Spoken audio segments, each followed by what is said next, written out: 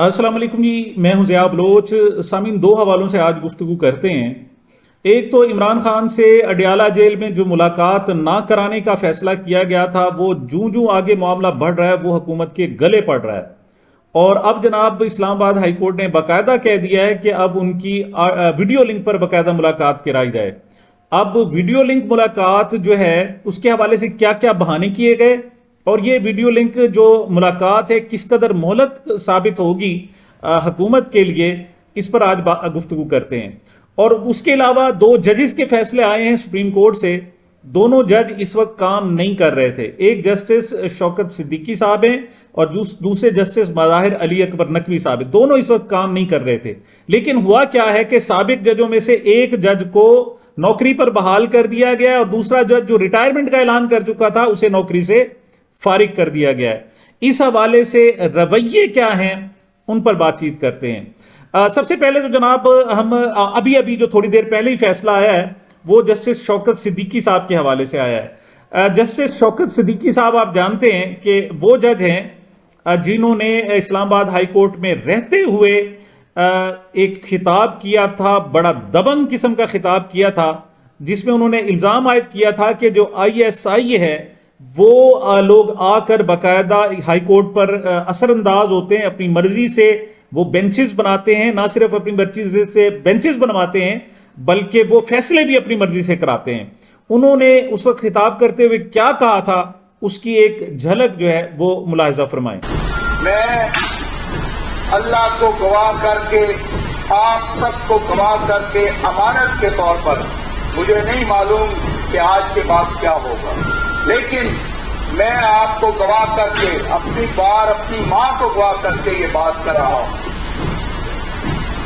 آج کے اس دور میں ISI پوری طرح جوڈیشل پروسیڈنگز کو مینیپولیٹ کرنے میں انوالو ہے۔ ISI کے لوگ مختلف جگہ پہنچ کر اپنی مرضی کے بینچ بنواتے ہیں، کیسوں کی مارکنگ ہوتی ہے۔ میں اپنی ہائی کورٹ کی بات کرتا ہوں، ISI والوں نے میرے چیف جسٹس کو اپروچ کر کے کہا کہ ہم نے الیکشن تک نواز شریف اور اس کی بیٹی کو باہر نہیں آنے دینا، شوکت عزیز صدیقی کو بینچ میں مت شامل کریں۔ اس خطاب کے بعد جسٹس شوکت صدیقی کے خلاف ایک ریفرنس دائر ہوا، وہ سپریم جوڈیشل کونسل میں گیا۔ سپریم جوڈیشل کونسل نے اس ریفرنس کو کے تحت جسٹس شوکت صدیقی کو برطرف کرنے کی سفارش کی اور جسٹس شوکت صدیقی برطرف کر دیے گئے۔ اچھا، اب یہ وہ دور تھا جو عمران خان کا صاحب زیر دور تھا، اور اس وقت جو ہے وہ مسلم لیگ نون جو ہے وہ زیر عتاب تھی۔ اب انتظار کیا گیا کہ اچھا وقت آئے اور پھر فیصلوں کو اس پر نظر ثانی کی جائے۔ یہ بہت سارے معاملات جو ہے نظر ثانی کے ہیں، بہت ساری چیزیں جو نظر ثانی میں چیزیں ٹھیک ہو رہی ہیں۔ لگتا ہے ایسے ہے کہ ہمارا جو قانون ہے وہ قانون کوئی اپنی ٹھوس حیثیت نہیں رکھتا، وہ ایک موم کی ناک ہے، جب چاہیں اسے ٹیڑھا کر لیں، جب چاہیں سیدھا کر لیں، جب چاہیں اپنے حق میں کر لیں، جب چاہیں جناب اپنے خلاف کر لیں۔ تو جسٹس شوکت صدیقی صاحب نے انتظار کیا، جب جسٹس قاضی فائز عیسی صاحب آئے، پھر جناب وہ کیس سنا گیا اور اب ان کو جناب باقاعدہ طور پر بحال کر دیا گیا ہے۔ اس حوالے سے باقاعدہ ایک نوٹیفیکیشن بھی جاری ہو چکا ہے۔ اچھا، یہ نوٹیفیکیشن میں تھوڑا سا آپ کو پڑھ کر سناتا ہوں کہ اس نوٹیفیکیشن میں کیا کہا گیا ہے۔ یہ فیصلہ جناب جو سنا گیا ہے وہ سنا گیا ہے جناب سپریم کورٹ نے اسلام آباد ہائی کورٹ کے سابق جج جسٹس شوکت عزیز صدیقی کی برطرفی کا کالعدم قرار دے دی، اور 23 صفحات کا یہ فیصلہ ہے جناب۔ جسٹس قاضی فائز صاحب نے اپنے ہاتھوں سے یہ تحریر کی ہے، اور تحریری فیصلے کے مطابق جسٹس شوکت عزیز صدیقی کا برطرفی کا نوٹیفیکیشن کالعدم ہے، اور ان کو تمام جو ریٹائرمنٹ کی جو مراعات ہیں وہ انہیں ملیں گی۔ فیصلے میں لکھا گیا ہے کہ سپریم کورٹ کے فیصلے میں تاخیر کی وجہ سے جسٹس شوکت عزیز صدیقی کی عمر 62 سال سے زیادہ ہو چکی ہے، لہٰذا ان کو ریٹائرڈ جج ہی تصور کیا جائے گا، انہیں بحال نہیں کیا جا سکتا۔ اگر ان کی عمر ہوتی تو ان کو بحال بھی کر دیا تھا. ہاں البتہ وہ پینشن اور سب کچھ جناب اس کے مطابق ہو. یہ فیصلہ جناب 23 جنوری کو محفوظ کیا گیا تھا. اس کے بعد اس کے مقابلے میں جناب جسٹس مظاہر علی اکبر نقوی کو جناب وہ ریٹائرمنٹ کا اعلان کر چکے تھے. باقاعدہ نوٹیفیکیشن بھی جاری ہو چکا تھا صدر ڈاکٹر عارف علوی کے حوالے سے. لیکن اب ان کو ان کے بارے میں فیصلہ آیا تو ان کی جو ریٹائرمنٹ ہے وہ کالعدم قرار دے دی گئی اور ان کو برطرف اب کر دیا گیا ہے. اچھا اب میں نے جسٹس شوکت صدیقی کا آپ کو سنایا کہ انہوں نے کیا خطاب کیا تھا اسلام آباد ہائی کورٹ میں. اب الزام دیکھیں کہ جسٹس مظاہر علی اکبر نقوی کے خلاف کیا بیان ہے. در حقیقت ان کی ایک آڈیو لیک ہوئی تھی جس میں وہ پرویز الہی، اس وقت کے وزیر اعلیٰ پرویز الہی چاہ رہے تھے کہ وہ ان کے گھر آئیں. وجہ کیا تھی؟ وجہ میں آپ کو تھوڑا سا پہلے بتا دیتا ہوں کہ جسٹس مظاہر علی اکبر نقوی لاہور سے گزر رہے تھے کہ ایک کانسٹیبل نے ان کے ساتھ کوئی اچھا غلط رویہ اختیار کیا تھا، جس پر معذرت کرنے آئے تھے اس وقت کے جو وزیر اعلیٰ پرویز الہی صاحب ہیں اور ان کے جو اسپیشل سیکرٹری تھے محمد خان بھٹی. تو اس وقت ان کی کیا آڈیو پر بات ہوئی تھی اور بعد میں یہ لیک کر دی گئی، پہلے یہ بھی ملاحظہ فرمائیں. السلام علیکم کیسا جی السلام علیکم. کی حال ہے؟ ٹھیک ہو جی مینو بڑا افسوس ہوا کہ اپنا میں آپ ہی آ رہا محمد خان اتنے تھوڑے کول ہی میں آ رہا اتنے پہنچ گئے میں پہنچ گیا.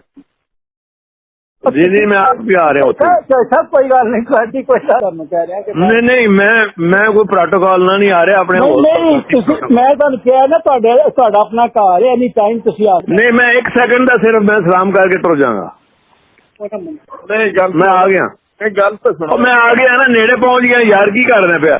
جی جناب تو یہ وہ آڈیو تھی جو وجہ تنازع بنی، جس کے بعد ان کے خلاف 10 شکایات آئیں اور پھر انہیں مس کنڈکٹ کا مرتکب قرار دیتے ہوئے جسٹس مظاہر علی اکبر نقوی کو برطرف کر دیا گیا. اب میں صرف اتنا کہنا چاہتا ہوں کہ ہمارے ہاں جو نظر ثانی ہے یہ ایسی ہے کہ آپ جو پرانے فیصلے ہیں اٹھا کے کر لیں. میں حیران ہوں کہ ہونا تو یہ چاہیے تھا کہ ذوالفقار علی بھٹو کو بھی نظر ثانی کا ایک زیادہ حق دے دیتے، اور یہ جو ابھی انہوں نے فیصلہ دیا جی ٹرن ڈاؤن نہیں کیا جا سکتا، ٹرن آف نہیں کیا جا سکتا، اس کو ختم کیا اور اپنی مرضی سے صاحب زرے فیصلے دے دی جاتے. ایسا ہی ایک فیصلہ عطاء الحق قاسمی کے خلاف بھی کے حق میں بھی گزشتہ روز آیا ہے. عطاء الحق قاسمی صاحب جناب پی ٹی وی کے مینیجنگ ڈائریکٹر اور چیئرمین بنے تھے اور 5 سال انہوں نے وہاں جناب اپنی خدمات سر انجام دی تھی. لیکن عدالت نے کہا تھا کہ ان کی تقرری درست نہیں ہے، ان کو جناب رشوت کے طور پر یہ عہدہ آفر کیا گیا اور مراعات دی گئی، اور جو مراعات تھی وہ 19 کروڑ 78 لاکھ 67 ہزار 449 روپے تھے، اور عدالت نے حکم دیا تھا کہ ان سے آپ ریکور کریں یہ پیسے. اور ساتھ یہ بھی کہہ دیا گیا تھا کہ عطاء الحق قاسمی کو کسی بڑے عہدے پر ان کی تقرری بھی نہیں کی جا سکتی. ان میں جناب جو شریک کار ملزم تھے ان میں پرویز رشید تھے، اسحاق ڈار تھے اور فواد حسن فواد تھے. کل جناب نظر ثانی ہوئی اور یہ فیصلہ بھی ٹرن کر لیا گیا، تبدیل کر لیا گیا، اور اب جناب نہ صرف ان سے ریکوری نہیں کی جائے گی بلکہ وہ کسی اور عہدے کے لیے بھی اب اہل ہو گئے ہیں. اب دونوں عطاء الحق قاسمی بھی اور دوسری طرف جسٹس شوکت صدیقی صاحب جو چونکہ ٹرمینیٹڈ تھے وہ انہیں کسی نئے عہدے پر نہیں لگایا جا سکتا تھا، لیکن اب عطاء الحق قاسمی صاحب کو بھی نہیں لگایا جا سکتا تھا، اب دونوں کو لگایا جا سکتا ہے. میں سمجھتا ہوں کہ جناب یہ دونوں مسلم لیگ نون کے وہ نایاب ہیرے ہیں جنہوں نے ان کی بھرپور خدمت کی. جسٹس شوکت صدیقی نے یہ بھی نہیں دیکھا کہ میں ہائی کورٹ کا جج ہوں اور مجھے دنیا کیا کہے گی، انہوں نے بھرپور خدمت کی. اسی طریقے سے جناب جو عطاء الحق قاسمی صاحب ہیں انہوں نے بھی یہ نہیں سوچا کہ جناب مجھے لوگ ادیب بہت سارے لوگ ہیں جو میرا عزت کرتے ہیں، میرا احترام کرتے ہیں، میرا ایک نام ہے، مقام ہے، میں دانشور ہوں، میں ادیب ہوں، لیکن انہوں نے بھی ایک ادنا کارکن کا جناب حق ادا کیا مسلم لیگ نون کے، اور میاں نواز شریف صاحب کی خوب جو خدمت کی جا سکتی تھی کی. تو اب اس کا صلہ جناب کے سارے جرمانے ختم، اور ان کو اب امید ہے، میں پریڈکٹ کر رہا ہوں جناب، آج آپ میری بات نوٹ کر لیں کہ جسٹس شوکت صدیقی صاحب کو بھی بہت ہی اہم عہدہ دیا جائے گا اور عطاء الحق قاسمی صاحب کو بھی بہت اچھا عہدہ ملے گا، اور وہ انشاءاللہ ایسے ہی خدمت کرتے رہیں گے میاں نواز شریف صاحب کی جیسے ماضی میں کرتے رہے ہیں. اگلی بات کرتے ہیں جناب عمران خان صاحب. سچی بات تو یہ کہ عمران خان جو ہے وہ اس حکومت کے لیے درد سر بنا ہوا ہے، اور آپ پابندی جب آپ لگانا چاہیں کہ کوئی اس کی تصویر نہ دیکھے، کوئی اس کی شکل نہ دیکھے، کوئی اس کا نام نہ سنے، وہ کہتے ہیں نا رتوں پہ بس نہ چلا ورنہ یہ چمن والے ہوائیں بیچتے نیلام رنگ و بو کرتے۔ حکومت کچھ ایسا چاہتی ہے کہ کاش کوئی ایسی ایپ مل جائے، کوئی ایسا جناب طریقہ کار ہو کہ عمران خان کے متعلق جو لوگ سوچتے ہیں، اور 70 سے 80% لوگ سوچتے ہیں، وہ عمران خان کے حق میں سوچنا بند کر دیں، اور اس سے حکومت کا جناب سارا مسئلہ، یہ جو ایک جناب جسے کہتے ہیں نا جی نووارد ہے، یہ جناب جو گھس بیٹھی ہے اقتدار میں، اس کا کیا حق ہے اقتدار میں؟ اقتدار والوں کا ہے، یہ گھس بیٹھی ہے، اس کو نکال دیا جائے۔ ہوا یہ کہ پابندی لگا دی گئی جناب کہ سیکیورٹی کے مسائل ہیں، عمران خان صاحب سے کوئی شخص ملاقات نہیں کر سکتا۔ جب یہ بات کی تو خیبر پختونخوا حکومت نے کہا جی آپ ہمارے پاس شفٹ کریں اور ہم ان کو جناب سیکیورٹی دیں گے، ملاقاتیں بھی کرائیں گے، کوئی مسئلہ نہیں ہے۔ اب جب یہ صورتحال آئی تو ان کی جیسے کہتے ہیں نا ماں مر گئی، اس حکومت کی، ان حکمرانوں کی، طاقتور لوگوں کی ماں مر گئی۔ انہوں نے کہا اچھا جی ملاقات کراتے ہیں۔ اب جناب انہوں نے پی ٹی آئی والوں نے ایک دائر کر دیا ریٹ کہ سیکیورٹی کے چونکہ مسئلے ہیں لہٰذا ہم فزیکلی بات نہیں کرنا چاہتے، کوئی بات نہیں، ہمیں فزیکلی چاہے ایک دن ہفتے میں 2 دن ملاقات کرا دی جائے لیکن ہمیں آن لائن ملاقات کرا دی جائے۔ اچھا، اور آن لائن ملاقات کے حوالے سے محترمہ مریم نواز صاحبہ نے جب کوٹ لکھپت جیل کا دورہ کیا تو انہوں نے بڑے فخر سے بتایا کہ جی دیکھیں ہم نے ویڈیو لنک ملاقاتوں کا سلسلہ شروع کر دیا ہے، بلکہ وہ کھڑی ہوئی تھی کیبن میں، اور کیبن میں آگے ایک قیدی ویڈیو لنک پر باقاعدہ گفتگو کر رہا تھا اہل خانہ کے ساتھ۔ تو انہوں نے کہا جی دیکھو جی کیا کمال کارنامہ ہے۔ تو اب جناب انہوں نے کہا جی ہمیں بھی ویڈیو لنک کی اجازت دے دیں۔ وجہ کیا ہے کہ جو ملاقات کر کے آتے ہیں وہ تو عمران خان کی کئی ہوئی بات کو زبانی طور پر اپنے الفاظ میں بیان کرتے ہیں، لیکن جب ویڈیو لنک پر بات ہوگی تو ادھر سائڈ ریکارڈ ہو جائے گی ساری کی ساری، تو خان صاحب جو بھی پیغام دیں گے وہ ڈائریکٹ قوم تک پہنچے گا، ڈائریکٹ ان کے کارکنوں تک پہنچے گا۔ تو اب وہ سیکیورٹی جو وجہ بنائی تھی اب وہ ان کے گلے پڑ گئی۔ اس پر جناب آ کے جو سپرنٹینڈنٹ ہے اڈیالہ جیل، انہوں نے آ کے کہا جی نہیں جی یہ تو رولز میں بھی نہیں ہے، قانون کے تحت تو ویڈیو لنک ملاقات کرائی نہیں جا سکتی۔ تو جج صاحب نے کہا جی ہمیں آپ قانون نہ پڑھائیں، یہ 1978 کے رولز ہیں، اس وقت ویڈیو لنک کا کوئی کنسیپٹ ہی نہیں تھا، اس وقت تصور ہی نہیں تھا کہ ویڈیو ملاقات بھی کرائی جا سکتی ہے، لہٰذا اب کرائی جا سکتی ہے۔ انہوں نے کہا نہیں جی یہ غیر قانونی ہے۔ انہوں نے کہا آپ کی وزیر اعلیٰ کوٹ لکھپت جیل میں جناب وہ کروا رہی ہیں، تو آپ سمجھتے ہیں کہ وزیر اعلیٰ مریم نواز صاحبہ غیر قانونی کام کر رہی ہیں؟ اب یہ بات انہوں نے کہا نہیں جی اچھا ہمیں ٹائم دے دیں، ہم اس پر سوچ کر بتائیں۔ انہوں نے کیا سوچ کر بتانی ہے جناب؟ اگرچہ سپرنٹینڈنٹ جیل نے انکار کر دیا، انہوں نے کہا جی ہم ملاقات نہیں کرا سکتے، لیکن اسلام آباد ہائی کورٹ نے باقاعدہ انہیں حکم دیا کہ نہیں، کسی سے پوچھنے کی ضرورت نہیں ہے، کچھ دیکھنے کی ضرورت نہیں ہے، چونکہ آپ کے سیکیورٹی مسائل ہیں لہٰذا آپ فوری طور پر ویڈیو لنک پہ بات کروائیں۔ اس پر انہوں نے کہا یہ تو سیاسی باتیں کریں گے، یعنی اندازہ کریں ملاقات میں جو انہوں نے باتیں کرنی ہیں وہ بھی ان سے سوچ کر کریں، ان سے پوچھ کر کریں۔ یہ خدا بن گئے ہیں، یہ حکمران نہیں رہے، یہ خدا بن گئے کہ ہر چیز ان سے پوچھ کر کریں۔ تو جناب اس پر بھی جناب جج صاحب نے ان کی خوب لی ہے۔ انہوں نے کہا جی کہ وہ کام کیا کرتے ہیں جی، وہ سیاستدان ہیں، تو انہوں نے کہا سیاسی باتیں کریں گے اور کیا کریں گے، وہ کون سی؟